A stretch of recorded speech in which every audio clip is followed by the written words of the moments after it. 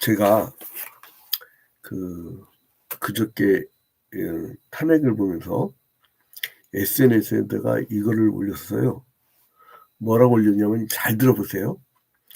추후 지도자 한 사람의 무력으로 성경정신 깃든 대한민국 헌법 위반한 일 없게 합시다. 자유민주주의 가치와 법치주의 원칙을 지킵시다. 하고 목사로서 이렇게 올렸어요. 근데 난리가 났어. 누가 난리났느냐? 목사님들이. 그러더니 뭐라면 이렇게 자경화된 사상을 갖고 있니? 이렇게 자경화된 사상을 갖고 있니? 내가 충격을 받았어요. 성경 깃든 대한민국 헌법을 지키고 자유민주주의의 원칙 가치와 법치주의 원칙을 지키자고 한 사람의 무력으로 헌법을 위반하는 일이 없도록 하자. 그래서 나는 어떤 생각이 들냐면 우리 기독교 스스로가 이러다가 얼마 못 간다. 여러분 이게 용어를 무식해서 그런 거예요. 왜냐면 내가 뭐 이해를 하는데 좌파 우파란 건요 언제 생겼냐면 제가 누구야 미국의 철학자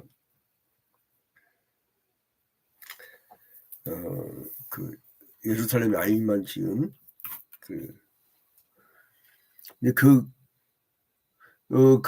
그분이 쓴 혁명론이라는 책을 한번 읽어본 적이 있어요. 프랑스 혁명 얘기인데 프랑스 혁명 때 집권층이 지롱드당인데 그 지롱드당에 대해서 짜쿠뱅당이 하도 배고프니까 그 배고픈 사람들 대변하면서 짜쿠뱅당이 혁명을 일으켜요. 그래서 지롱드당을 물리쳐요. 그게 프랑스 혁명인데 그때 현상 유지를 기준으로 그거를 라틴어로는 스타투케라고 하죠. 스타투케. 자기 쓸 시간이 없었어요. 지금 스타투스코라고 하기도 하죠. 스타투코. 이게 뭐냐면 현상 유지예요. 현상 유지를 기준으로 좌파와 이게 좌파가 아니지. 이 현상 유지를 기준으로 해서 현상 유지를 기준으로 해서 앞으로 나아가자는 게 진보고 그리고 그대로 지키겠다는 게 보수예요. 그래서 이제 그러다가 나중에 이게 이제 공산주의 사상이 생기죠. 그래서 이제 같이 나눠 먹자 이게 이제 공산주의인데 이게 좌파가 돼. 좌파. 그리고 현상유지를 기준으로 해서 이게 진보 보수가 있다고 했죠. 이게 다른 개념이에요. 근데 이제 자본주의 사회가 굉장히 활성화되잖아요. 그래서 자본주의 하에서 기득권층, 그러니까 자본가 입장을 대변하겠어. 내가 어떻게 번 돈인데 하고 기득권을 대변하는 게 그게 우파예요.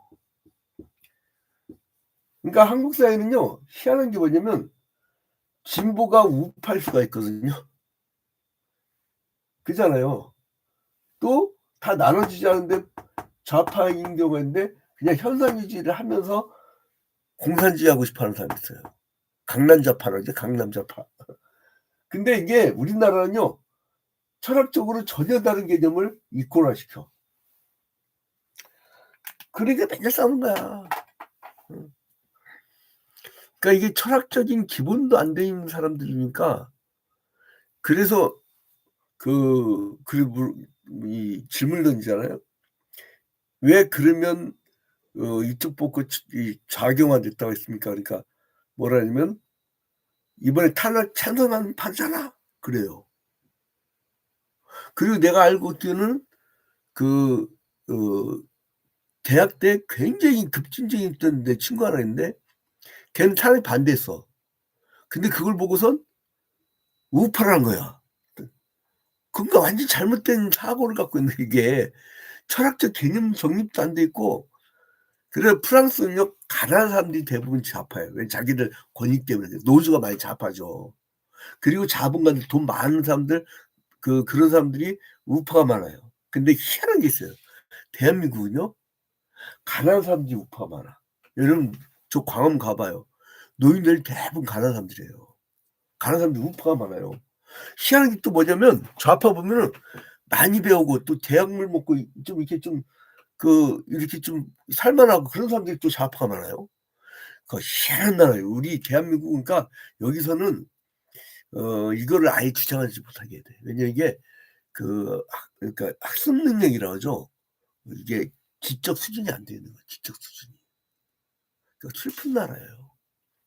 근데 이러한 갈라치기가 언제 있었냐? 에레미야 시대 때도 있었다는 거예요. 이 갈라치기. 그러니까 하나님이 이럴 줄 알고 하나님이 "야 니들 하나님의 나라를 만들어라." 그래 하나님 백성들로 하나님이 이렇게 만드셨으면 여기에 묻게 되는데 이 사람들이 딴 걸 묻고 뭘 묻겠느냐? 첫째, 아수르로 갈 거냐? 애굽으로 갈 거냐? 여기다가 곡을 붙이면 아수르로 갈까요? 애굽으로 갈까요? 그러니까 이렇게 사람들이 어디로 갈까? 외세에 답이 있는 줄 알고. 그게 첫 번째 문제. 두 번째로는 하나님이 이런 갈라치기가 항상 어느 사회나 있는 줄 아니까 니들은 그냥 이 자체에서 유무상통해. 공동체. 그래서 공동체주의예요. 기독교는 공동체주의. 항상 공동체였어요. 기독교는 개인주의라고 하는 이 현대 사회에 이런 건 없어요. 무슨 우울증이 어디 있어? 애름증이 어디 있고, 론리스가 어디 있고, 그거는 반기독교적인 사회 문화에서 나온 정신병적인 것입니다. 그러니까 그래서 에레미야가 뭐냐면 다시 여호와께로 돌아오자. 근데 안 돌아왔어. 그러니까 결국 하나님이 바벨론이라는 나라를 들어서 가지고 쳐버려. 그럼 포로로 끌고 가. 이제 망할 때쯤 되니까 얼마나 슬퍼요. 막 예루살렘 성전 포위당해 갖고 하도 굶다 보니까 한 1년 반 동안 너무 굶다 보니까 애들을 오늘은 우리 집에 내일은 니네 집에 이렇게 잡아먹자라고 하고 그게 에레미야에서 나오잖아요. 얼마나 비참합니까. 그래서 너무 슬퍼서 만든 게 뭐냐면 에레미야 에가야. 에카. 히브리어로 에카라고 해서 에카는 뭐냐면 아이고 어떡해 아이고 슬프다 이거예요. 에카가. 그래서 에레미야 에가서라고 하는데 그래서 여러분 1장부터 4장까지 전부 뭐였어요? 슬픈 현상들을 다 얘기했잖아요. 근데 5장은요. 5장은 야 하나님이 회복시킬 거야 라고 하면서 소망의 얘기를 해요. 여러분 세상 사람들은요. 세상 사람과 이 하나님의 백성의 차이가 있어요. 이 세상에 있는 사람들과 하나님 나라에 속한 천국의 백성들이 이 차이가 있어요. 무슨 차이냐? 어려움이 있고 고난이 겪으면 이 하나님 사람들은 누굴 쳐다봐요? 하나님 쳐다봐요. 그런데 이 세상 사람들은 어려움이 처음에는 어떻게 돼요? 쳐다볼 게 없어. 그래서 한강에 뛰어드는 거예요. 쳐다볼 게 없어요. 이게 큰 차이입니다. 여러분 잘 보세요.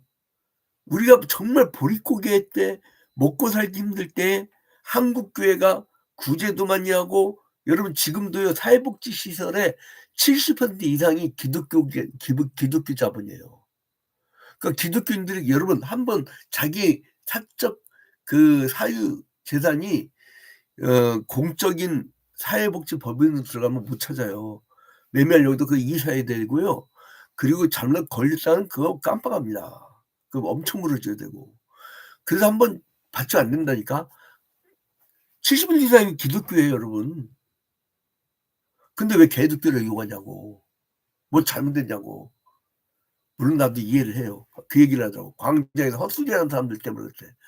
그 사람들은 잘못된 목사들이지. 목사가 교회당 안에서 기도해야지, 기도해야지. 태극기 휘날리면은 저기 영화 제목이고,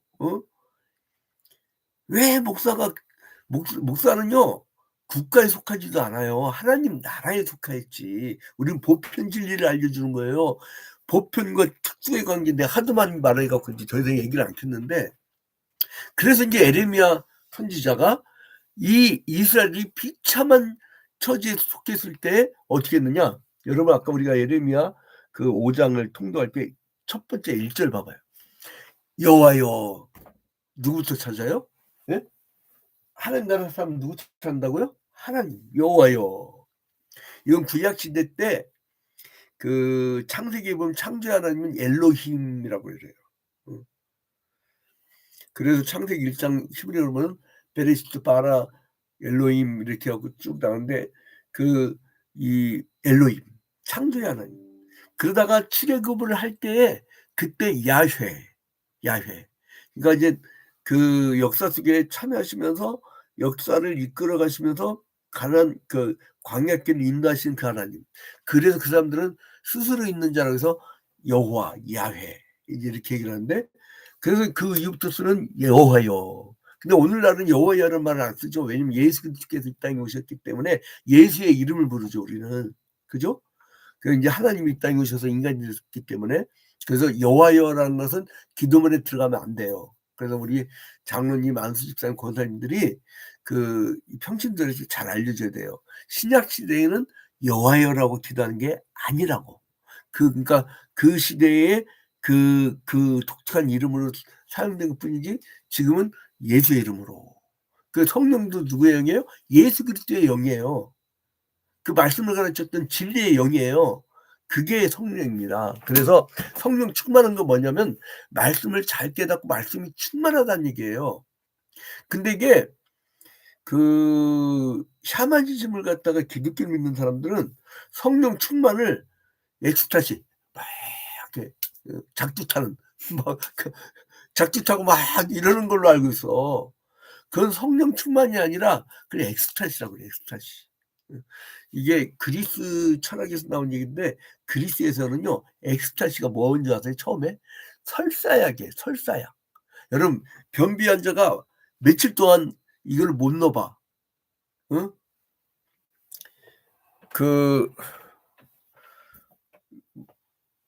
옛날 티스트 이렇게 했던 미국의 유명한 가수, 그 사람이 왜 죽었죠? 변비로 죽었어. 변비로. 속이 썩어갖고 죽었어. 근데 이게 꽉 막혔는데 이 설사약 먹으면 어떻게 돼요?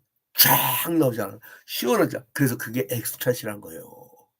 그러니까 지 기분 좋으려고 하는 그런 것은요, 그 현상이 없어지거나 그 현상이 없는 장소로 가거나, 혹은 그 현상이 없을 때는 신적 임재를 체험하지 못해. 냄비라고 하죠, 냄비. 그러니까 뭐냐면 하나님의 말씀을 따라서 말씀과 함께 동행하는 신앙은요, 무슨 콘크리트에 물 붓는 것 같아. 시멘트에 물 붓는 것 같아. 단단해. 그래서 요동치 않아요. 그래서 이 말씀을 매일같이 매일 한 장씩 이렇게, 어떤 분들은 나는 직장 때문에 새벽 기도 때는 못 보고요. 그러면 내가 저녁이라 댓글 달으라고 써. 그걸 보는 걸 확인해야 될 거 아니에요. 자, 그래서 이제 이 여호와여 방향을 잡잖아요.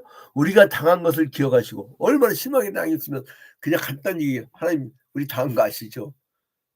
아셔요. 우리 당한 것을 기억하시고 우리가 받은 치욕을 살펴보옵소서. 트위 말하는 자코뱅당, 프랑스 혁명 때 이 좌파 우파가 얘기가 나왔다 했죠. 프랑스 때 자코뱅당이 여러분 레미제라블 소설에 장발장 나오잖아요. 빵 하나 훔쳐갖고 깜빵살이 하는 사람. 그렇게 힘들게 살았다고. 프랑스 사람들이 역사를 보면 되게 잔인해. 가는 사람들 돌보지도 않아요. 이 우파는 엄청나게 잘 살았는데, 그런데 이 싸움이 벌어지고 나서 어때요? 단두대 다 세우고 줄줄이 목을 잘라버려요. 그러니까 하나하나 베기 힘드니까 어떻게 하면 아예 그냥 기계를 만들어. 그리고 목을 대고 탁탁탁탁 잘라버려요. 야 그 야만인들 여러분. 유럽이 무슨 막 그냥 그 희한해요 여러분. 내가 오늘도 뭐야 어디 가서 강의를 하면서 좀 가르칠 내용이 있는데 뭐냐면 어 이 하나님의 나라는 이렇게 잔혹한 여러분 툭툭 이거 기계로 만들어 갖고 자르는 거 우리 기독교는 뭐예요? 자르는 게 아니에요.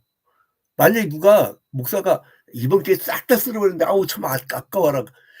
그러면 그거는 목사 아니에요. 목사 무당이지. 응? 기독교는 뭐냐면 어느 사람이 됐건 간에 하나님에 대한 사람들은요. 사랑의 마음을 갖고 원수를 사랑하라 그랬죠, 원수를. 그리고 예수 그리스도 이후에 그러니까 구약 시대 때는 아니에요. 구약 시대 때는 아직 예수가 오기 전이기 때문에 율법을 가지고 굉장히 잔혹하게 했었는데 예수 그리스도께서 오신 이후부터는 와서 개선을 하시죠. 가늠하고 온 여인이 오니까 죄 없는 자가 먼저 돌로 치라. 그 가늠한 여인도 회개시켜요. 응? 십자가 달려 죽을 때 마지막까지 강도도 회개시키잖아요. 그 대상이 누구냐가 중요하지 않아요. 다 전도 대상입니다. 응? 쓸어버린다는 거는 그 네가 IS 요원이야 IS 요원. 전도지 아무리 나눠줘도요. 그런 말 막 누가 와서 심하게 얘기하면 기독교 무서워갖고 사람들이 교회 안 와요. 좀 제발 예수 그리스도의 정신으로 삽시다. 어? 그래서 아무튼 그래서 이 하나님께 버림받은 고아 같다고 그래요. 왜 그렇게 됐냐? 하나님이 버린 것 같아요. 3절 우리는 아버지 없는 고아들이오며 우리 어머니는 과부 같으니. 하나님이 버렸으니까 고아가 돼 버렸지. 응? 그러니까 이 비참한 처지에서 그때에 이제 하나님이 선지자를 내세우는데 이 선지자는 그 나비라고 해 갖고요. 나비. 이 나비라고 해 갖고 히브리어로 나비예요. 근데 이 나비는 대언자예요, 대언자.